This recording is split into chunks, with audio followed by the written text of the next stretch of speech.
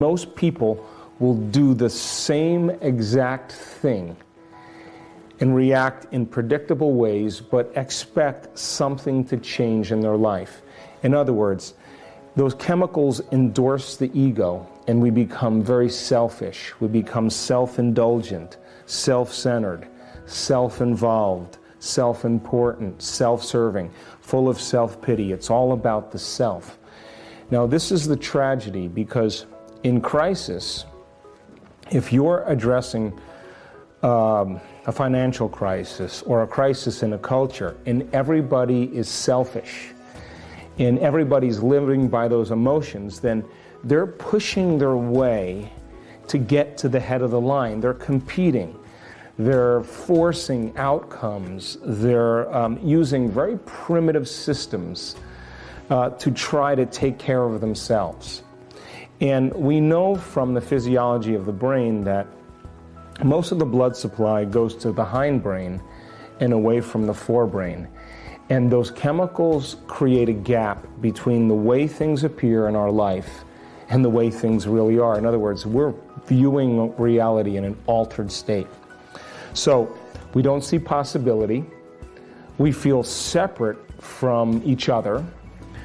We are competing and striving to get to the head of the line by using our cunning, manipulative, egocentric ways to get there, and we're very controllable. Fear is very controllable. Competition is very controllable. Anger and war divides individuals. Now, that is not a way to address a crisis, because the service to self, or taking care of the self, is the exact thing that enhances the crisis.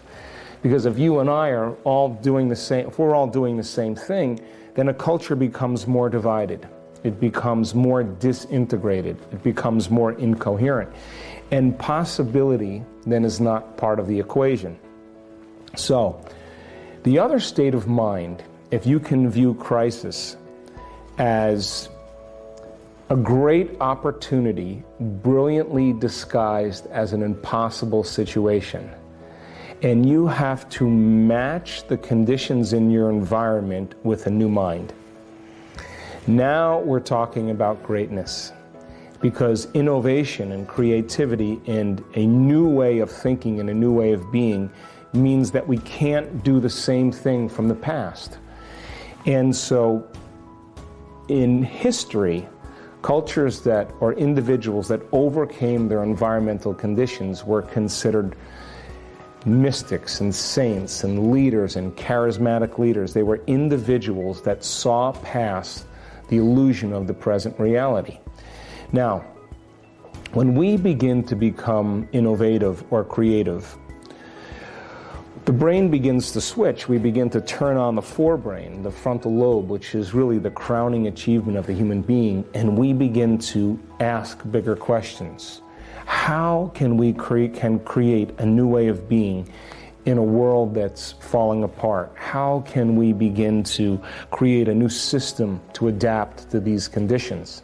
Now, the hardest part, without a doubt, in all of my research about change is not making the same choice as you did the day before. So reason this. You think 60 to 70,000 thoughts in one day. Out of those 60 to 70,000 thoughts that you think, 90% of those thoughts are the same thoughts as the day before. So the same thoughts will lead to the same choices. The same choices will lead to the same behaviors. The same behaviors will create the same experiences. The same experiences create the same emotions, and those same emotions drive the same thoughts, and that's called a personality. And your biology is a reflection of your state of being. So then your personality is directly related to your personal reality. And your personality is made up of how you think, how you act, and how you feel. So in order for you to create a new personal reality, a new life, then you have to begin to examine the thoughts that you're thinking and decide if you want to continue thinking that way or choose a new way of thinking.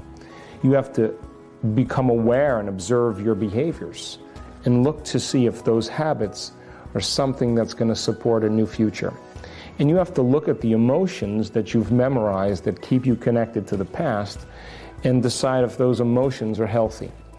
So most people try to create a new personal reality as the same personality, and it doesn't work. We literally have to become somebody else. So it stands to reason then, as you begin to question and speculate possibilities, the Wright brothers, Madame Curie, Thomas Edison, Benjamin Franklin, Marconi, they were all thinking outside the box. They were asking questions. Is there a way to create this outcome? And when they began to think in new and unusual ways, new thoughts lead to new choices. New choices lead to new behaviors lead to new experiences create new emotions, and all of a sudden you start to transform. So, in order to change a culture, you have to change individuals. We have to change it individual by individual. Now, this requires then, by not making the same choices you did the day before, to begin to think and act in different ways. This is the creative function of human beings. So if an economy is collapsing, if a government is deceiving, if people are no longer feeling supported, then we have to think in uncommon ways in order to adapt to the environment. If we don't, then it is really the environment, the external world, that's controlling how we think and feel. We're victims to the external world. Is it possible to change the way you think and feel and have some effect in your environment? Now, that is a concept that when people are struggling to survive becomes very difficult, because you're still worried about the food on your table, you're still worried about the well-being of your children. But what's the alternative? I mean, there aren't many other alternatives. So then when we start asking unlimited questions like, what would be a great way to run a business in this changing world? How could I begin to influence my future? It requires one amazing thing, and that is gaining knowledge, gaining information. Every time you learn something new, you make a new connection in your brain. That's what learning is. And as you begin to think about new ways of being and you're learning new information, the brain begins to fire in new sequences and new patterns and new combinations. And whenever you make the brain work differently, you are changing your mind. Mind is the brain in action. So when we begin to get creative, something unusual happens. We stop living by those survival emotions. Those survival emotions alter our perception and cause us to look at the future through the lens of the past. As we begin to design a new way of being, we have to lay down the very thing that we used our whole life to get what we want for something greater to take over. Now we're talking about genius. Now we're talking about innovation. Now, once the idea comes, the next step is that you have to take action. You have to do something with it. So, for example, a person may say, I lost my job, and they may see it as the worst thing that ever happened to them. But Steve Jobs was fired from Apple. He was on the board, and they fired him. And then he created Pixar. And then when he created Pixar, they hired him back onto Apple and Macintosh, and he became the leading executive. So when we have situations in our life, most people are defined by those situations emotionally. They brands them, and they no longer want to move forward. So let's say a person loses their job, and they're confronting difficult conditions. But a person who would say, well, let me look at the world. China is doing very well. I have a little experience in computers. Hey, I have experience in sales. Oh, I know a person who travels back and forth to China. And we start having to think outside the box. So maybe I can begin to leave the present reality that I have and begin to explore new realities. Now, it means that you have to be willing to step into the unknown. It means that you have to step outside the familiar self. So there's this kind of model that says, here's the old self, and here's the new self. And there's a gap between the two. And when we no longer think, act, and feel in the same way, all of a sudden we start to feel uncomfortable. We start to feel unfamiliar. It starts to become unknown to us. And most people, the moment they step outside of the old self, because they're no longer making the same choice, they don't feel like themselves any longer. So the first thing they do is they make the same choices that produce the same behaviors, that create the same experiences, that produce the same emotions, and they say, this feels comfortable. Well, it feels familiar.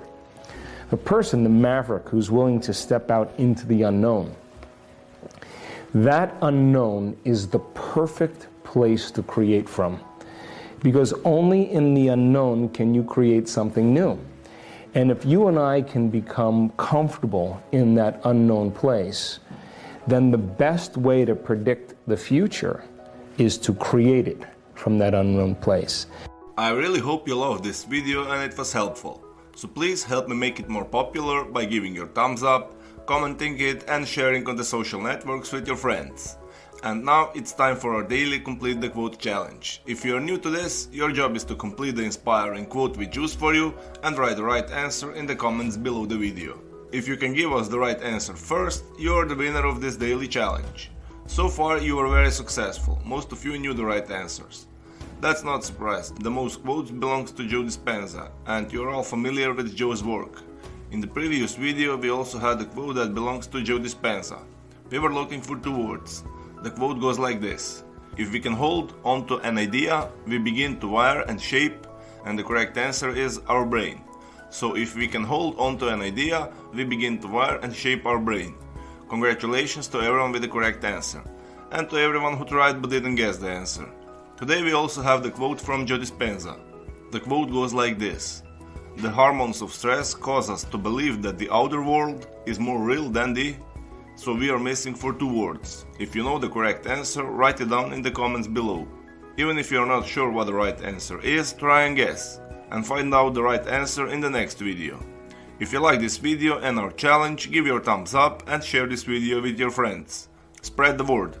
And don't forget to subscribe and hit that bell button.